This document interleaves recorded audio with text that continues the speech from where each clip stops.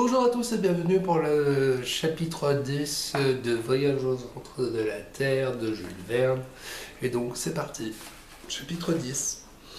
Le dîner était prêt et il fut dévoré avec avidité par le professeur Lindenbrock dont la diète forcée du bord avait changé l'estomac en un gouffre profond.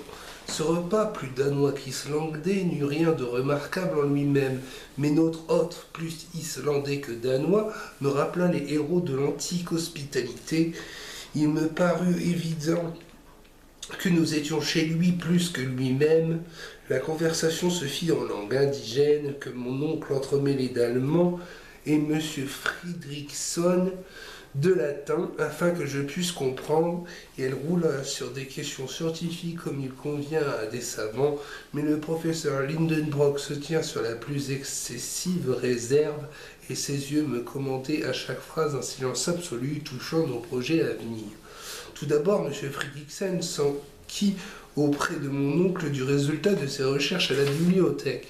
Votre bibliothèque, s'écria ce dernier, elle ne se compose que de livres dépareillés sur des rayons presque déserts. Comment répondit M. Fridriksson. Nous possédons 8000 volumes, dont beaucoup sont précieux et rares, des ouvrages en vieille langue scandinave et toutes les nouveautés dont Copenhague nous approvisionne chaque année. Où prenez-vous ces 8000 volumes pour mon compte ? Oh, monsieur Lindenbrock, il court le pays, on a le goût de l'étude. Dans notre vieille île de glace, pas un fermier, pas un pêcheur qui ne sache lire et qui ne lise. Nous pensons que des livres, au lieu de moisir derrière une grille de fer, loin des regards curieux, sont destinés à s'user sous les yeux des lecteurs. Aussi ces volumes passent-ils de main en main, feuilletés, lus et relus, et souvent ils ne reviennent à leur rayon qu'après 1 an ou 2 d'absence. En attendant, répondit mon oncle avec un certain dépit, les étrangers. Que voulez-vous dire? Les étrangers ont chez eux leur bibliothèque, et avant tout, il faut que nos paysans s'instruisent. Je vous le répète, l'amour de l'étude est dans le sang islandais. Aussi, en 1816, nous avons fondé une société littéraire qui va bien. Des savants étrangers s'honorent d'en faire partie. Elle publie des livres destinés à l'éducation de nos compatriotes et rend de véritables services au pays. Si vous voulez être un de nos membres correspondants, M. Lindenbrock, vous nous ferez le plus grand plaisir. Mon oncle, qui appartenait déjà à une centaine de sociétés scientifiques, accepta avec une bonne grâce dont fut touché M. Fridriksson. Maintenant, reprit celui-ci, veuillez m'indiquer les livres que vous espériez trouver à notre bibliothèque et je pourrais peut-être vous renseigner à leur égard. Je regardais mon oncle, il hésitait à répondre. Cela touchait directement à ses projets. Cependant, après avoir réfléchi, il se décida à parler. Monsieur Fridriksson, dit-il, je voulais savoir si parmi les ouvrages anciens vous possédiez ceux d'Arne Saknussemm.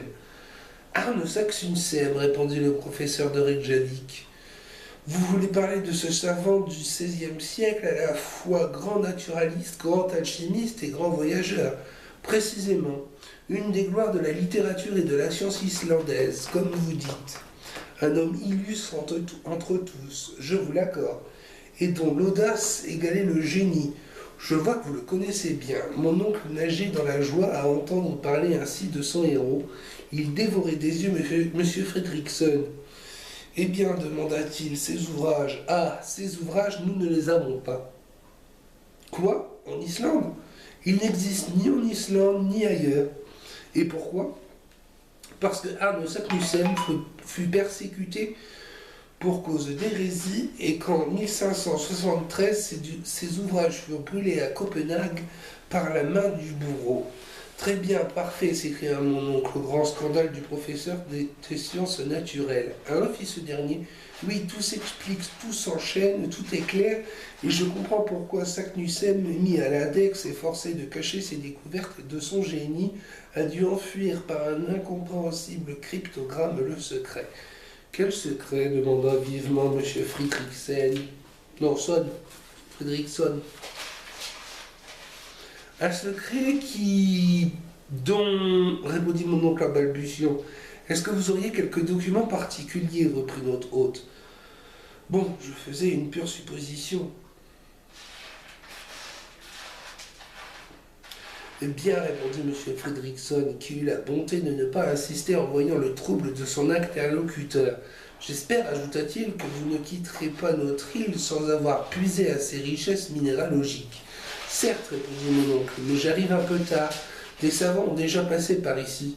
Oui, monsieur Lindenbrock, les travaux de messieurs Olafsen et Povelsen, exécutés par ordre du roi, les études de Troyes et la mission scientifique de messieurs Guémard et Robert à bord de la corvette française, la recherche, et dernièrement les observations de savants embarqués sur la frégate de la reine Hortense ont puissamment contribué à la reconnaissance de l'Islande, mais croyez-moi, il y a encore à faire. Vous pensez demanda mon oncle d'un air bonhomme, en essayant de modérer l'éclair de ses yeux. Oui, que de montagnes, de glaciers, de volcans à étudier et qui sont peu connus. Et tenez, sans aller plus loin, voyez ce mont qui s'élève à l'horizon, c'est le Sneffels. Ah, fit mon oncle, le Sneffels. Oui, l'un des volcans les plus curieux et dont on visite rarement le cratère. Éteint? Oh, éteint depuis 500 ans. Eh bien, répondit mon oncle, qui se croisait frénétiquement les jambes pour ne pas sauter en l'air. J'ai envie de commencer mes études géologiques par comment dites-vous, Sneffels, répondit l'excellent monsieur Fredrickson. Cette partie de la conversation avait eu lieu en latin. J'avais tout compris et je gardais à peine mon sérieux à voir mon oncle contenir sa satisfaction qui débordait de toutes parts. Il essayait de prendre un petit air innocent qui ressemblait à la grimace d'un vieux diable. Oui, fit-il, vos paroles me décident. Nous essaierons de gravir ce Sneffels, peut-être même d'étudier son cratère. Je regrette bien, répondit M. Fredrickson, que mes occupations ne me permettent pas de m'absenter. Je vous aurais accompagné avec plaisir et profit. Oh non, répondit vivement mon oncle. Nous ne voulons déranger personne, M. Fredrickson. Je vous remercie de tout mon cœur. La présence d'un savant tel que vous eût été très utile, mais les devoirs de votre profession...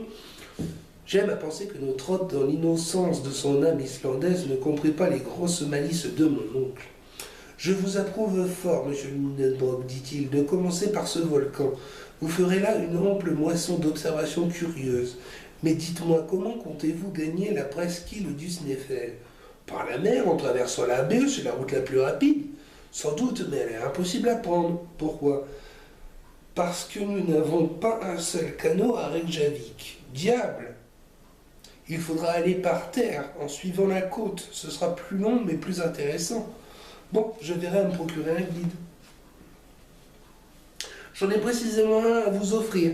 Un homme sûr, intelligent. Oui, un habitant de la presqu'île. C'est un chasseur d'Eider, fort habile et dont vous serez content. Il parle parfaitement le danois. Et quand pourrais-je le voir? Demain, si cela vous plaît.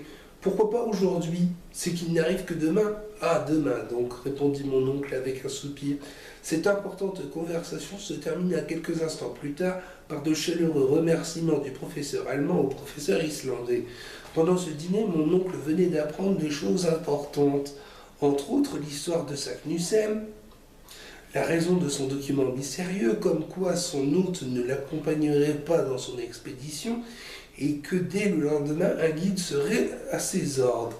Et voilà qui clôt le chapitre 10 de Voyage au centre de la Terre de Jules Verne. Il ne me reste plus qu'à vous souhaiter de revenir bientôt pour de nouvelles aventures.